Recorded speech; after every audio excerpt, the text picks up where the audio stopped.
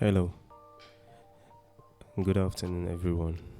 You're welcome to another session of Com 839 Health, Statistics, and Computing lectures.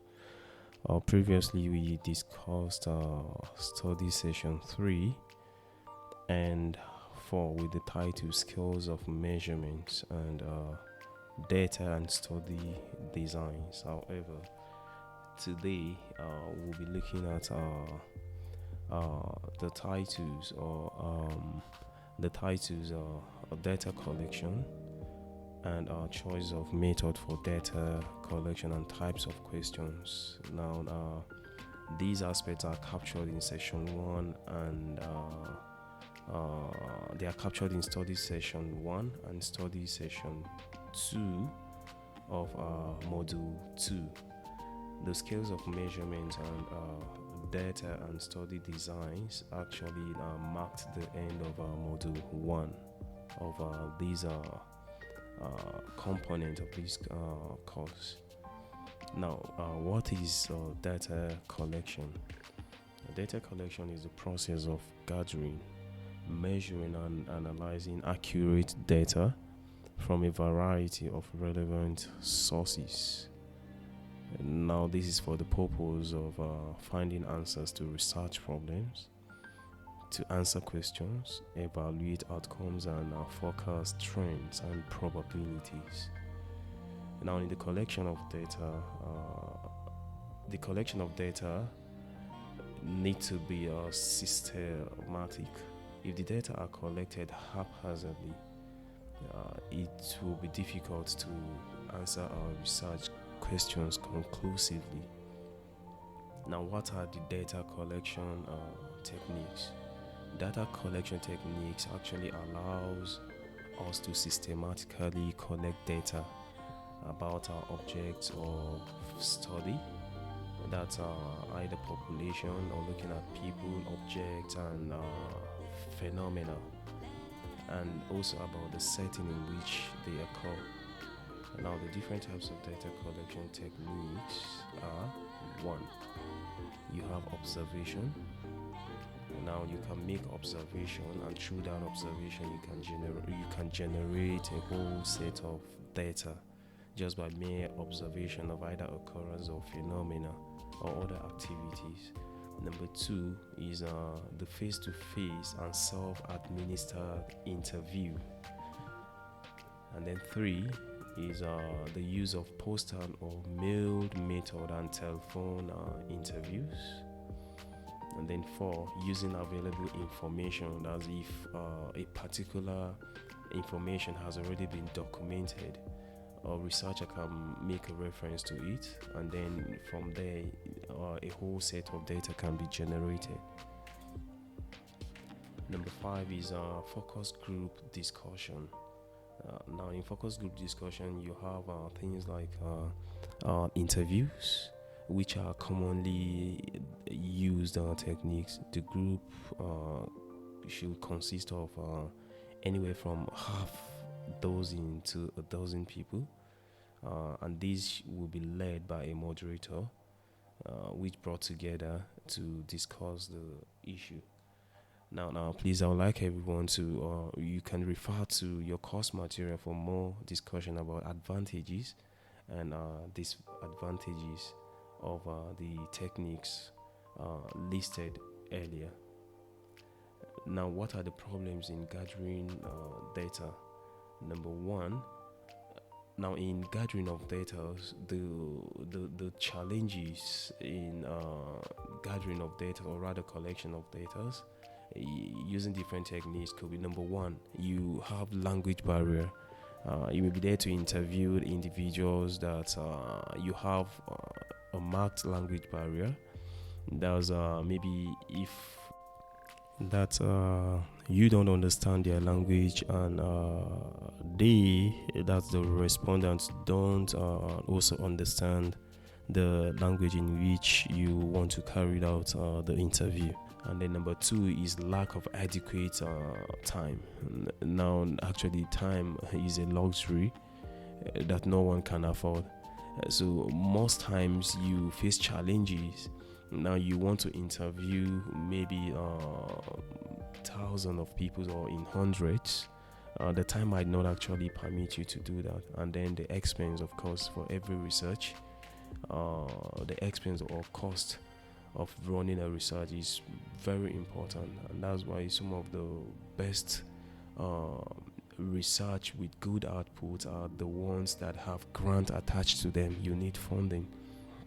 And number 4 is inadequate trained and experienced staff. And then number 5 is invasion of privacy.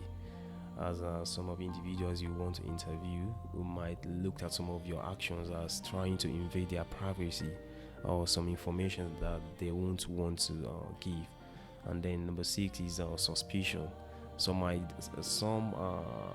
people might even looked at it from this perspective, like more of like they have that suspicion on what you do with the information that they are trying to give you. You're trying to generate from them about some of the set objectives you have for your research.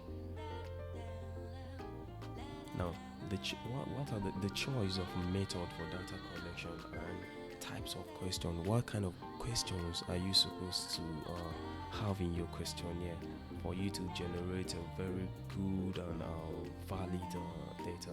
Now, there are various factors to consider when choosing a data collection method, and as such, the researcher must judiciously select the method or methods for his own study, keeping in view the following factors.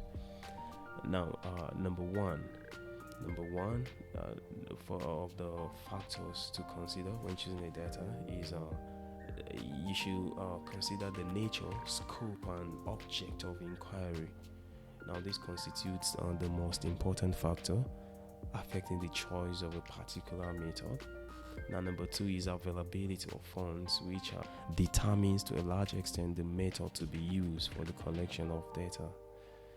And it's important to know that finance, in fact, is a big constraint in practice, and the researcher has to act within these limitations. Number 3 is the time factor. I've also discussed these earlier, that availability of time has also to be taken into account in deciding a particular method to be used for data collection. And then number 4, precision required. Now, the statistical data may be classified under 2 categories depending upon the sources.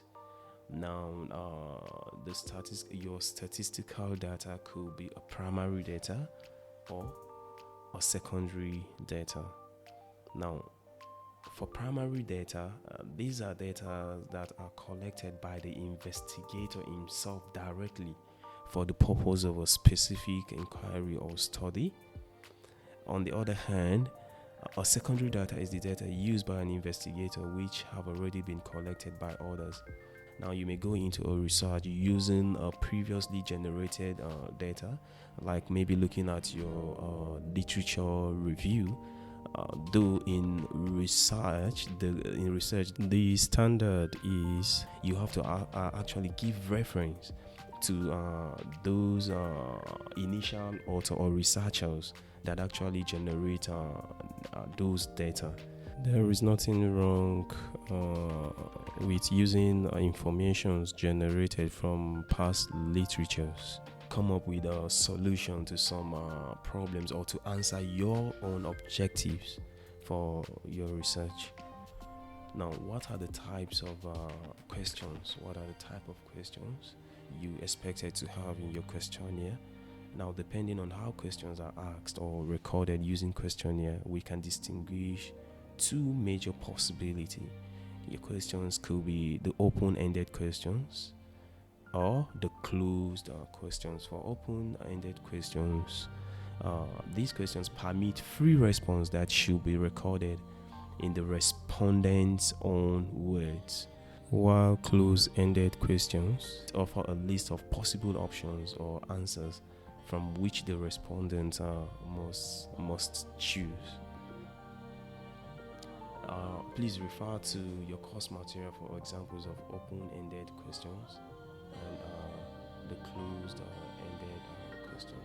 The open-ended questions permit free responses that should be recorded in the respondent own words, while for the closed questions, these offer a list of possible options or answers for the respondents to choose. That's the respondent have options like option A, B, C, D, or the options could be using either yes or no. Now, when you have questions in this pattern, this is referred to as closed questions, while for the open-ended questions, it permits free response. It doesn't have options. Now, the respondent could just state an answer to a particular question. Please, I would like everyone to refer to the course material for examples of these two different type of questions. That's the open-ended question and the closed questions in the questionnaire. Now, what are the requirements of questions to be asked for data collections? Number one, the questions must have a face validity. Number two, must be clear and unambiguous. Number three, must not be offensive. And number four, the questions should be fair.